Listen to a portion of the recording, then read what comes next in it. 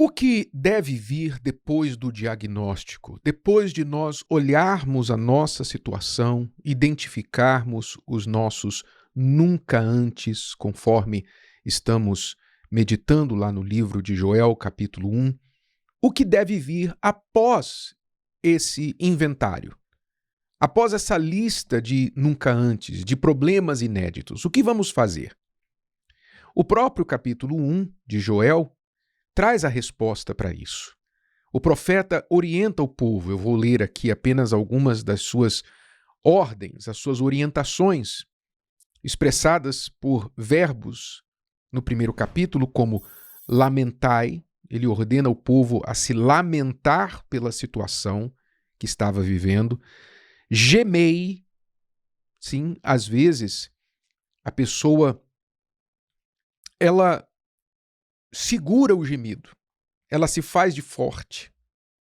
Conhece alguém assim? Conhece alguém que está gemendo por dentro, mas por fora, fazendo cara de forte, de bravo? O profeta está falando para o povo: não tem problema vocês gemerem não, porque o gemido de vocês é honesto, é real, é verdadeiro, tem razão, tem causa. Lamentai, gemei, envergonhai-vos, também ele recomenda, e fala para o povo: passai a noite vestidos de saco. Quer dizer, em uma palavra, humilhai-vos, se humilhem diante de Deus. E por que ele faz essas recomendações?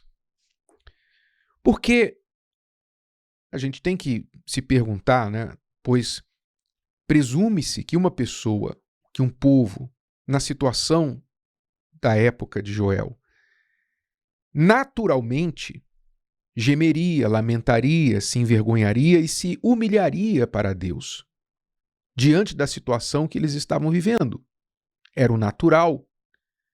Mas o profeta precisa despertar o povo para fazer essas coisas, porque muitas vezes a reação das pessoas, mesmo em meio ao sofrimento, não é essa. Como eu falei, às vezes as pessoas tentam se fazer de fortes, não é? A pessoa está lá gemendo, está nas últimas, mas ela está querendo se fazer, não, sou forte, eu aguento e tal, nada vai me quebrar. E eu sei que há um valor em você ser forte. Não estou falando aqui que você tem que se entregar, nem o profeta estava falando para o povo se entregar. Mas há um momento em que o se fazer de forte é outro nome para orgulhoso. A pessoa é orgulhosa, mas ela quer se rotular de forte. Na verdade, ela é orgulhosa, que era a situação do povo. O povo estava orgulhoso diante da situação, mesmo de sofrimento, não queria se curvar para Deus. Então, às vezes, a pessoa se faz de forte, está gemendo por dentro, mas por fora está sorrindo. Às vezes, a pessoa busca um culpado, ela fica atirando para todos os lados, ela está sofrendo, aí ela começa a atirar para todos os lados. Por que você me fez isso? Eu estou nessa situação porque você me fez aquilo. Porque você... E aponta o dedo para todos os lados, 360 graus, menos para si mesma, e aponta até para Deus. Ah, o Senhor me deixou nessa situação. O Senhor me abandonou. Aponta o dedo para todos os lados, busca um culpado. Às vezes as pessoas se chateiam com Deus, e às vezes, como foi também aqui no capítulo mencionado, às vezes as pessoas mergulham no vinho para se esquecerem dos problemas. Já que eu não posso fazer nada, né? Eu acho que não posso fazer nada sobre essa situação, então pelo menos eu vou beber, pelo menos eu vou curtir enquanto eu posso. Eu vou fazer o que eu posso para tentar minimizar, anestesiar a minha dor. Então a pessoa mergulha no vinho do trabalho, no vinho das distrações. Ela vai curtir, ela vai sair, ela vai para festa, ela vai beber, ela vai usar droga, ela vai ficar na tela infinita do celular dela, ela vai ficar maratonando uma série a noite inteira, ela vai para o restaurante, ela vai fazer compras, enfim, ela vai fazer alguma coisa, ela vai jogar, ela vai se distrair, porque ela pensa assim: eu não vou ficar aqui chorando no meu quarto, eu vou me distrair, eu vou buscar um pouquinho de alegria para compensar. São os bêbados de hoje em dia. Então, nem sempre a reação das pessoas é a reação que vai mudar a vida delas, é a reação que só vai piorar.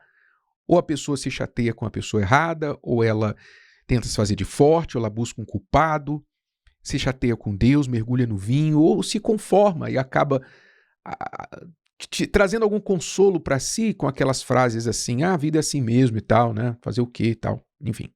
Tá difícil para todo mundo e coisas assim. Mas a recomendação do profeta, depois do povo se enxergar, depois de fazer o inventário dos seus nunca antes, é que o povo se humilhasse.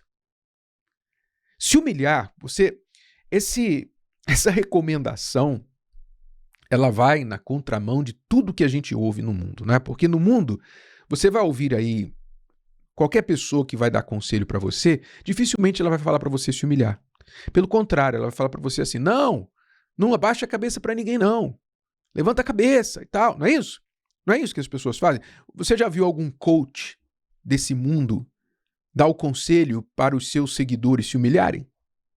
Não, pelo contrário, levanta a cabeça, fique de pé ereto, não é? Empina o nariz, olha forte, fala grosso e tal, e mostra na reunião, quando você estiver lá na reunião com o seu patrão, com seus colegas, com a sua equipe, você fala firme, olha nos olhos e tal. É o conselho, eu não estou dizendo que não haja momento para essas coisas, mas você dificilmente, provavelmente, eu arriscaria dizer que fora da palavra de Deus, você não vai ouvir ninguém nesse mundo dar o conselho para você se humilhar. Nunca. Mas o conselho de Deus aqui, através da boca do profeta, é exatamente aquilo que nós não queremos fazer. Quem é que quer se humilhar? Quem? Nós não queremos nos humilhar. Mas Deus está falando aqui, olha, diante da situação de vocês deveriam estar lamentando, gemendo, chorando, se vestindo de saco, passando a noite acordado e se humilhando e buscando perdão, reavaliando o caminho de vocês, se arrependendo, mudando, propondo uma nova vida, uma nova forma de agir, de ser. Era o que Deus estava recomendando ao povo. Então, se humilhar não é algo que nós gostamos de fazer. Porque para se humilhar, a pessoa tem que reconhecer que aquele para quem ela se humilha é maior do que ela. Não é? Para se humilhar, a pessoa tem que reconhecer que alguém é maior que ela. Quem quer fazer isso? Quem quer se humilhar? Quem quer se colocar debaixo de alguém? Não é? Nem de Deus, muitas vezes, as pessoas querem se colocar abaixo. Então, se humilhar é um ato de quem reconhece que aquele para quem se humilha é maior. É um ato que faz a pessoa reconhecer que ela talvez errou com a outra para quem ela está se humilhando.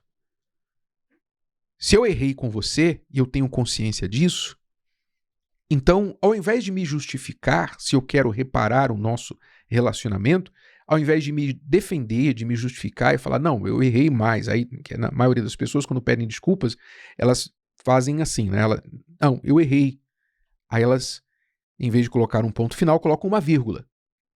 Eu errei, vírgula, mas aí distribui a culpa, né? Não, porque o fulano também me empurrou, o fulano me pressionou, porque você também me provocou, porque aquilo.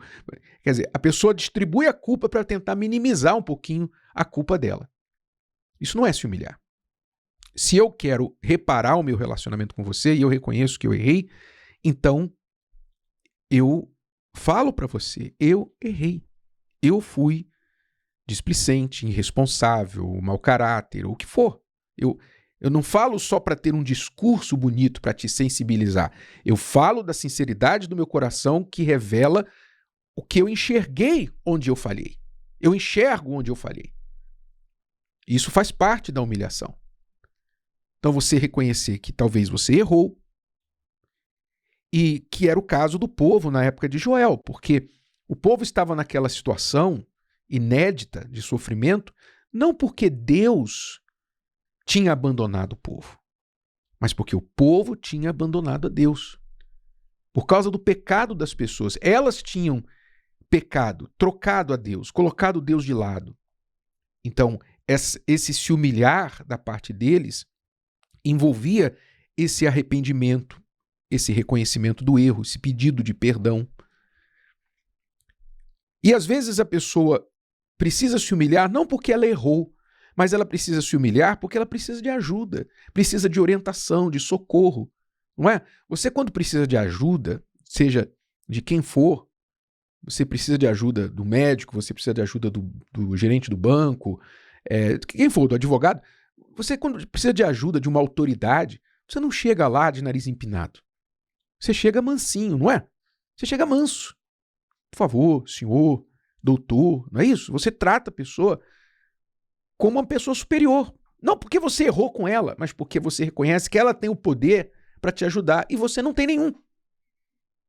Então, a humildade é o requisito para que nós venhamos começar a sair da situação de problemas humilhantes, problemas inéditos, problemas que nos aconteceram, quer por culpa nossa, por erro nosso, ou não, por simplesmente estarmos vivos. Porque há nunca antes na sua vida que você trouxe sobre si mesmo. E há nunca antes que simplesmente te aconteceu porque você está vivo. A questão aqui é que a solução é a mesma. Humilhe-se. Humilhe-se diante de Deus. Humilhe-se para Deus. Então esse é o próximo passo. Você fechar a porta do seu quarto, pegar aquela lista que nós falamos para você fazer na última mensagem, aquela tarefa, né?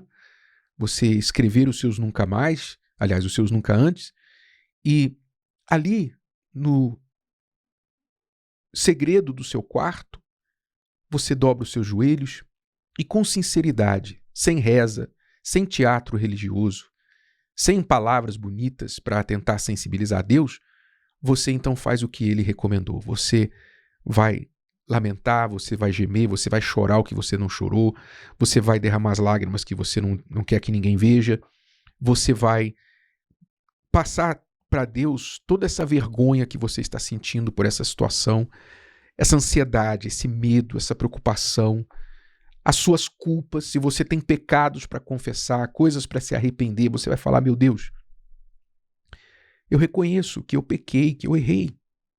Eu reconheço que eu tenho culpa no cartório pelo que está me acontecendo. Ou se você não enxerga nenhuma culpa, não é o seu caso, não é? Você vai falar: Senhor, eu não entendo por que isso está acontecendo. Eu não entendo, mas eu creio. Eu creio que o Senhor pode me ajudar. Quer dizer, você vai se humilhar para Deus com sinceridade. Você vai esvaziar o seu coração em oração, em clamor, de forma que quando você terminar de orar, você vai estar vazio, você vai estar limpo e completamente confiante de que Deus ouviu a sua oração, pois Ele viu e ouviu, pois Ele mesmo te chama para isso. E aí, o que é que você tem que fazer? Você tem que esperar. E nós vamos falar daí para frente os próximos passos, tá bom? Mas esse aqui é o segundo passo. Se você não ouviu o primeiro, então volta aqui no nosso canal, volta lá nas mensagens, na lista de mensagens, ouça as mensagens, as 2 mensagens anteriores que nós falamos nos 2 últimos dias, coloque em prática o primeiro passo e aí você coloca esse segundo passo. Eu tenho certeza que você vai sair dessa situação e os seus nunca antes vão se transformar no nunca mais. Se o vídeo de hoje te ajudou, você conhece alguém que vai ser ajudado por essa mensagem, passe adiante. E se você ainda não inscreveu aqui no canal, inscreva-se agora. Até a próxima.